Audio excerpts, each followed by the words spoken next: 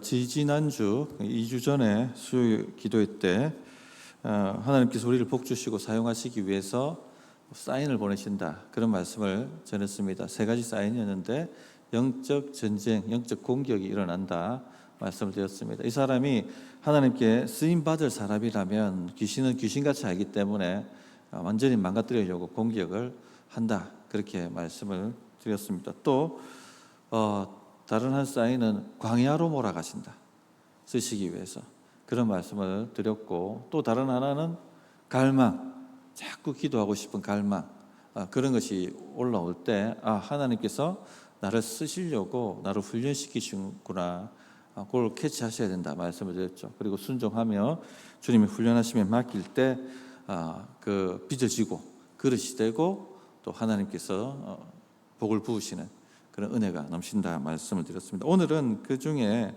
이 광야로 몰아가시는 것에 대해서 말씀을 좀 함께 좀 더 깊이 나누려고 합니다. 오늘 말씀 보시면 성령께서 예수님을 광야로 몰아가셨습니다. 하나님께서 예수님을 사역 전에, 공생의 사역 전에 광야로 몰아가셔서 거기서 훈련하셨다 하는 것입니다. 오늘 우리를 사용하시기 위해서도 하나님께서 반드시 우리를 광야로 몰아갔습니다. 왜 그럼 광야가 뭔데 그리 중요한가 하는 부분들 오늘 한번 좀 더 깊게 살피겠습니다. 첫째, 오직 하나님만 의지하게 만드시는 훈련입니다. 광야에 가면은 기본적인 필요, 먹을 음식과 물이 없습니다. 하나님이 공급해 주시지 않으면 그냥 쫄쫄 굶고 목이 말라서 터져서 죽을 수밖에 없는 곳이 광야입니다. 하나님께서 살려주셔야 되는 것이죠. 오직 생명이 주께 있고 주님이 저를 살려주십니다 하는 믿음이 단련되는 것입니다. 예수님은 거기서 아예 그냥 40주야를 금식하셨죠. 생명 주님께 맡긴 것입니다. 우리가 주님께 쓰임 받으려면 생명 주님께 맡깁니다 하는 이 정도 믿음 훈련이 돼야지 뭔가가 우리에게 와도 우리가 안 무너지고요, 감당해낼 수가 있게 되는 것입니다. 40년 광야 생활을 했던 이스라엘 백성들도 마찬가지 훈련이었죠. 하나님께서 만나로 그들을 먹이셨고 메추라기로 그릇들을 먹이셨고 반석에서 물을 내셔서 먹이셨습니다. 왜 그런 훈련을 시키셨습니까? 사람이 떡으로만 사는 것이 아니고 하나님 입에서 나오는 모든 말씀으로 산다 하는 것, 그들이 믿도록 하기 위해서. 그래서 세상에 시험하는 자가 와가지고 떡 줄게, 말씀 포기해라 할 때 나 떡 안 해, 말씀 돈 줄게, 말씀 포기해라 할 때 나 돈 안 해, 말씀. 네 생명 죽일 거야, 말씀 포기해. 괜찮아, 나 말씀. 이렇게 딱 훈련을 시키는 겁니다. 이 정도 돼야지 약속의 땅을 정복할 수 있고, 이 정도 돼야지 뭔가 하나님께 쓰임받는 그런 그릇이 되는 것입니다. 그렇게 40년을 훈련시키고 난 다음에 이제 여호수아를 통해서 가나안을 정복하게 하신 것이죠. 다윗도 그런 삶을 살았습니다. 오직 하나님, 생명이 하나님께 있음을 믿고 하루하루를 살아가는 그 훈련을 시키셨던 것이죠. 그러니까 나발의 집에 축제를 열 때 얼마나 배가 고팠으면, 양식이 없었으면 그 나발한테 가가지고 양식을 좀 후원해 달라 그렇게 요구했다가 모욕을 당하지 않습니까? 그 정도로 생명 유지가 어려운 것이 광야입니다. 그러니까 하나님께 모든 것을 맡겨놓고 그렇게 살아가는 훈련을 받는 것이죠. 엘리야도 본격적 사역을 하기 전에 어디로 하나님께서 이끄셨습니까? 그릿 시내가 광야입니다. 거기도. 뭘 먹고 살았습니까? 까마귀가 가져다 주는 양식을 먹고 살았습니다. 까마귀가 잊어먹고 안 갖고 오면은 굶는 거예요. 철저하게 하나님께 자신의 생존과 생명을 맡기는 것이죠. 그 훈련을 받고 있는 것입니다. 생명은 하나님께 있습니다 하는 훈련을. 하나님께서 여러분 삶 가운데 물질 문제 주신다면요, 지금 물질 문제 때문에 힘겨워하고 있다 하시면 지금 광야로 이끄시고 계신 것입니다. 생명이 돈에 있는 것이 아니라 하나님께 있다 하는 것을 의지하고 믿도록 지금 그 훈련을 시키고 계신 것입니다. 이것은 다르게 해서 풀릴 문제가 아니라 그 하나님이 훈련시키고 있는 과정이기 때문에 하나님께 생명이 있음을 믿고 기도로 나가는 것밖에는, 기도로 푸는 것밖에는 답이 없습니다. 다른 데 막 돈 찾아서 여기저기 뛰어봤자 다 그냥 안 되는 겁니다. 줄줄 새버립니다. 하나님이 나를 이끌고 계시기 때문에 하나님 앞에 서서 하나님 의지합니다 하고 기도로 푸는 방법밖에 없습니다. 또 광야에 들어가면 뭐가 있습니까? 도적대가 나타나고 또 짐승대가 나타나서 공격을 해오죠. 이런 것들로부터 보호를 받아야 됩니다. 하나님께서 이스라엘 백성들이 40년 동안 그런 해를 당하지 않도록 어떻게 하셨다? 보호하셨다고 얘기합니다. 신명기 32장 10절에 보면 여호와께서 그를 황무지에 짐승이 부르짖는 광야에서 만나시고 호위하시며 보호하시며 자기의 눈동자같이 지키셨도다. 이스라엘이 40년 광야를 무사히 건널 수 있었던 것, 운이 좋아서도 아니고 잘 길을 찾아서도 아니고 모세가 탁월한 지도력을 발휘했기 때문도 아니고 하나님께서 보호하셨기 때문에 그 은혜의 울타리로 딱 보호하셔가지고 그들의 일상을 지켜주신 것입니다. 우리의 일상이 무사한 것도, 한 주 한 주를 살아내는 것도, 하루하루를 살아내는 것도 하나님의 울타리가 있기 때문에 가능한 것이죠. 그렇게 하나님께서 우리를 보호하시는 것입니다. 이런 것을 하나님 훈련시키십니다. 그래서 이 하나님의 보호하심을 훈련시키기 위해서 우리를 또 광야로 몰아가시죠. 이럴 때는 하나님 밖에는 답이 없을 때입니다. 하늘을 땅을 보고 사방을 보고 하늘을 보고 뭐 어디 천지를 봐도 답이 없을 때, 그때가 우리를 광야로 이끄시는 때죠. 전에 말씀드렸던 휴스턴 서울교회 곽인순 목사님, 젊은 나이에 유방암 말기 판정을 받았습니다. 울며 불며 하나님, 아이들이 있는데 아이들이 어린데 저 어떡합니까? 저 살려주셔야 됩니다. 하나님밖에 답이 없는 상태로 몰아가신 것이죠. 하나님 찾아 들어가야 되는 겁니다. 그래서 새벽 제일 먼저 와가지고 목사님 그 본당 키 주세요. 제일 먼저 와가지고 본당 키 열고 불 켜고 기도하고, 그리고 모두 빠져나갈 때까지. 왜? 지금 생명이 경갑에 달렸으니까, 내 자식 지금 운명이 달렸으니까 포기할 수가 없는 것이죠. 광야로 들어간 것입니다. 그때의 놀라운 치유의 역사를 맛보고 암이 다 사라져 버린 것입니다.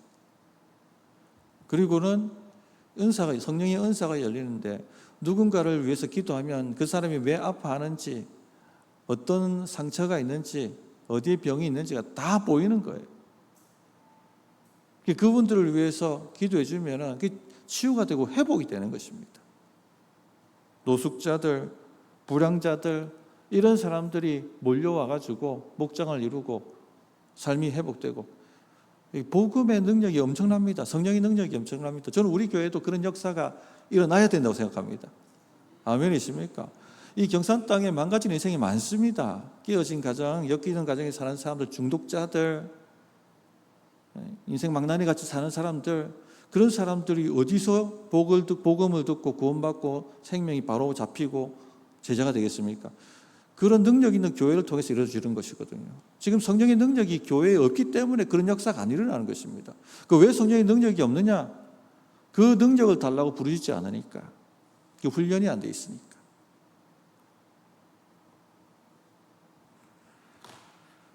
우리 성도님들 가운데도 기도 외에 지금 답이 없는 상태로 내 삶이 몰려가고 있다면 그것은 하나님 나라를 광야로 모시는 것입니다.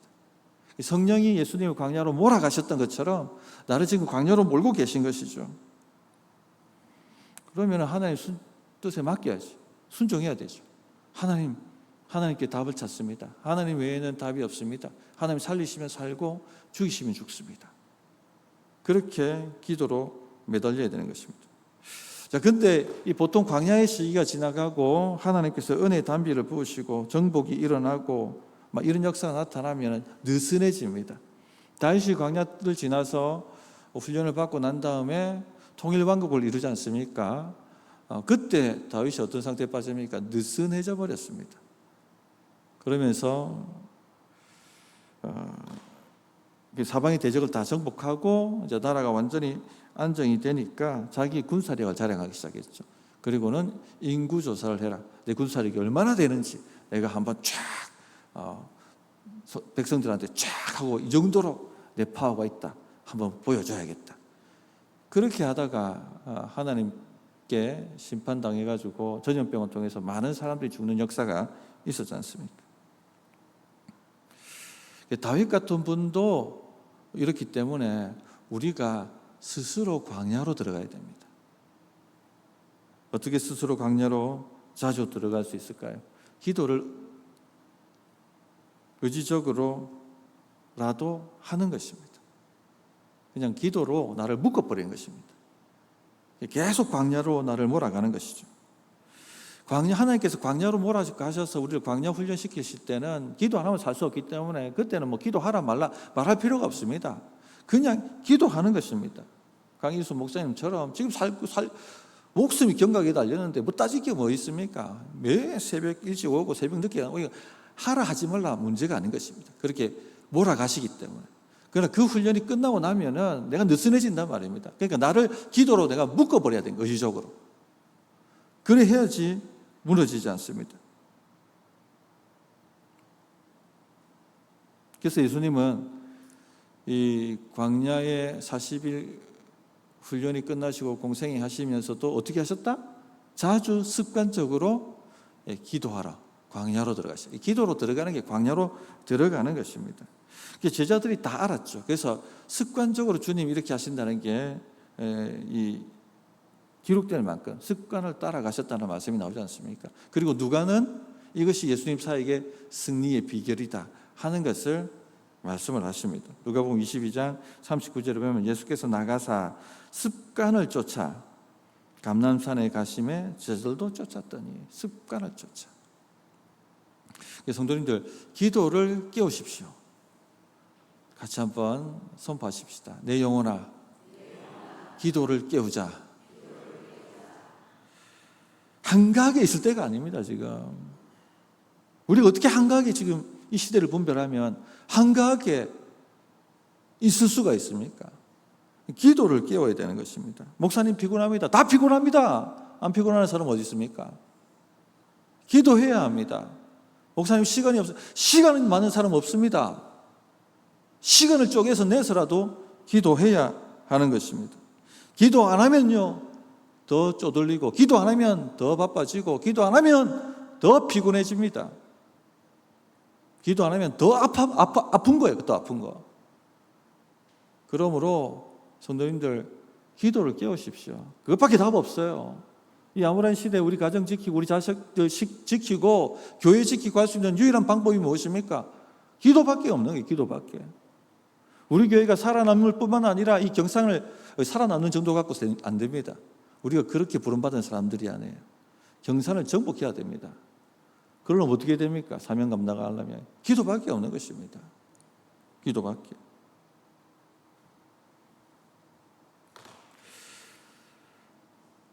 새벽 기도가 어려우신 분들이라면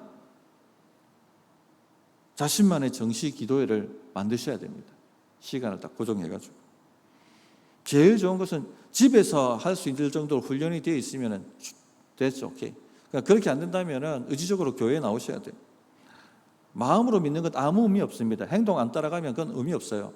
12의 혈류병 앓는 자가 여인이 나는 주님 믿는다, 나는 주님 믿는다. 방 안에 그렇게 앉아 있었으면 낫습니까? 그건 믿음이 아니라는 얘기입니다. 찾아 나와야죠. 주님이 오셨다면 찾아 나가야 되는 거죠. 군중을 해치고 그 옷자락에 내가 손 닿으면 내가 나으리란 마음을 가지고, 그게 믿음인 거예요. 그러니까 기도의 자리를 사수하고 나와야 된다는 겁니다.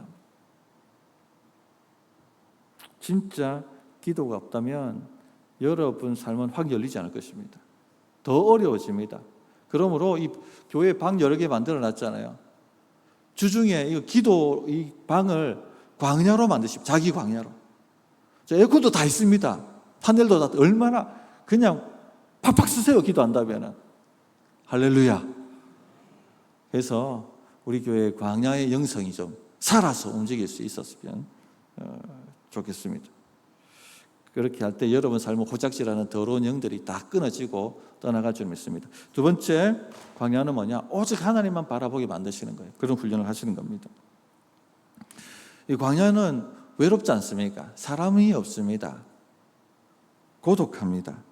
주위를 둘러봐도 사람이 없어요. 왁작지껄한 거리도 없고 상점가도 없고 편의점도 없고 쇼핑몰도 없고 오락거리가 아무것도 없는 것이죠. 하나님께서 우리를 광야로 몰아가신다, 나의 삶을 광야로 몰아가신다 하면 주변의 사람들이 떨어져 나갑니다. 그렇다면 하나님이 나를 지금 광야로 몰아가시는구나, 그렇게 아시면 됩니다. 왠지 나하고 친밀하고 나하고 좋았고 의지가 됐던 사람이 이사가 버리고 갑자기 소원해지고 그런 일이 일어나고 있다면, 혹은 친밀했던 사람에게 상처가 되고 실망이 생긴다면 하나님이 나를 광야로 이끌고 계신 건 아닐까 생각을 해보십시오. 하나님께서 지금 나에게 좀 집중해라, 그렇게 훈련을 시키시는 것입니다. 사람들의 소리가 많은 것은 즐겁습니다. 함께 커피를 나누고 삶을 나누고 하면 행복하죠. 기쁩니다. 우리가 목장하면 참 기쁘지 않습니까? 행복합니다. 그것 가운데도 하나님이 계십니다. 두세 사람이 모인 곳에 내가 함께한다. 성령의 교제라는 것이 바로 그런 것이죠. 그러나 하나님과 단둘만 만나는 공간이 필요합니다. 그게 광야입니다. 그래서 주님은 함께 두세 사람이 모여서 합심하여 기도하라고 말씀하셨을 뿐만 아니라 또 제자들과 함께 기도하시고 함께 이끌고 가셨을 뿐만 아니라 골방 기도를 하셨어요. 골방 기도를. 제자를 떼어놓고 혼자 기도하러 가시고, 그리고 제자들에게도 골방에 들어가라, 그렇게 말씀을 하셨죠. 마태복음 6장 6절에 보면 너는 기도할 때에 내 골방에 들어가 문을 닫고 은밀한 중에 계신 내 아버지께 기도하라. 은밀한 중에 보시는 내 아버지께서 갚으시리라. 그래서 합심하여 뜨겁게 기도할 뿐만 아니라 또 목장에서 서로 삶을 나누고 함께 교제할 뿐만 아니라 다 떼어놓고 골방을 찾아 들어가야 됩니다. 하나님과 단둘이 만나는, 그것이 광야입니다. 그래야지 하나님의 세미한 음성이 들립니다. 사람들이 많은 곳에서는요, 하나님의 음성을 듣지 못합니다. 사람들의 소리가 많으면 하나님의 음성이 잘 들리지가 않습니다. 거기에 파묻혀서. 그래서 예수님께서 제자들을 떼두시고 산으로 들어가신 거예요. 밤새도록 기도하시면서 하나님께 질문하고 그 음성을 들었던 것입니다. 마태복음 14장 23절에 무리를 보내신 후에 기도하러 따로 산에 올라가시니라. 저물매 거기 혼자 계시더니. 주님은 이렇게 광야를 들어가신 것이죠. 자주 이렇게 하셨어요. 습관이에요. 습관. 자주 광야로 들어가셔서 주의 음성을 들었던 것입니다. 광야에서 하나님을 만나면 성령 충만해집니다. 다윗이 언제 가장, 그의 생애를 쭉 보면 언제 가장 성령 충만했습니까? 통일왕국 시대가 아닙니다. 솔직히 광야 시대예요. 광야 시대. 그때 정말 너무 삶은 어렵고 힘들고 피곤했고, 그럼에도 불구하고 가장 성령 충만했다는 것입니다. 그때 지어진 시편을 보면 굉장히 주옥 같죠. 담대하죠. 물론 그 광야 시대 때도 다윗에게로 나온 500명의 무리가 있었습니다. 그러나 다윗은 외로웠을 것입니다. 고향을 떠났고, 제일 중요한 성전을 떠났죠.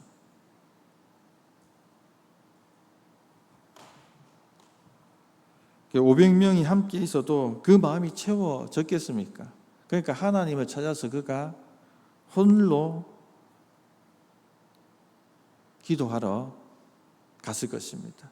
그리고 그때 하나님의 음성을 듣고 그때 채워지는 하나님의 그 위로와 감동을 받고 시편을 적고 기록하고 찬양을 불러 그 광야 시대를 지나갔던 것입니다. 우리도 이런 시간을 가져야 합니다. 사람들로부터 의식적으로 떨어지는 좀 시간을 가지십시오. 이 사람들 떨어지면 자꾸 좀 심심한데 뭐 할까 이렇게 자꾸 가면 안 되고, 또 다른 사람 이렇게 가면 안 되고, 하나님과 독대하는 시간을 가지셔야 되는 것입니다. 한 출근하기 30분 일찍 출근하셔가지고 그 직장에서도 가실 수 있죠. 일을 시작하기 전에 잠잠히 주님을 바라보며 기도할 수 있습니다. 또 가족들이 학교로 혹은 직장으로 가고 난 이후에 그 한적한 시간을 광야로 만들어서 하나님과 독대할 수도 있죠. 말씀을 묵상하고 찬양하며 주님을 바라보고 그 음성을 듣기 위해서 기도하고 그렇게 할 수가 있습니다. 그럴 때 하나님의 마음을 알게 되고 사람이 깊어지고 영성이 깊어지는 것입니다. 최근에 가장 가깝게 지냈던 암양중앙교회 시무했던 이강호 목사님이 작년 11월 달 부산 범천교회로 이사를 갔습니다. 사역지동입니다. 보통 그 나이에 이동이 안 되는데 하나님이 톡 빼가지고 그 집어넣어 버렸습니다. 이강호 목사 때문에 제가 경산에 와가지고 적응을 할 수 있었어요. 그래서 한 주에 두세 번은 만났습니다. 참 위로가 되었습니다. 또 위로하는 은사를 가진 목사님이기 때문에 그와 대화를 나누면 마음에 힘을 얻고 위로를 받았습니다. 그런데 데리고 가셨어요. 딴 데로. 이제 그런 교제가 없습니다. 저한테는. 그 말은 뭡니까? 하나님께서 나를 광야로 넣으셨다는 거예요. 최 목사, 이제 나하고 대화하자.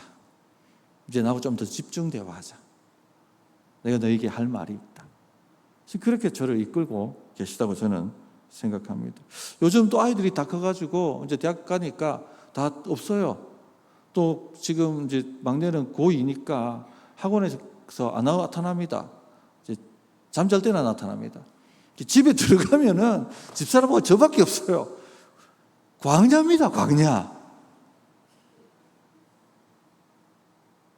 그래서 요즘 이제 이 당근에서 이 다만 6인용 테이블 하나 샀습니다.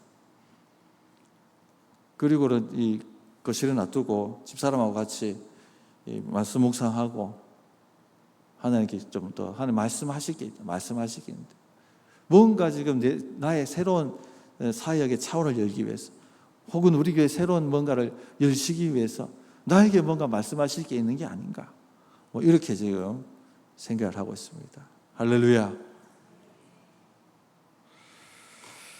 성도님들, 성령께서 예수님께서 본격적으로 사역하시기 전에 광야로 몰아가셨다 하는 것을 꼭 기억을 하십시오.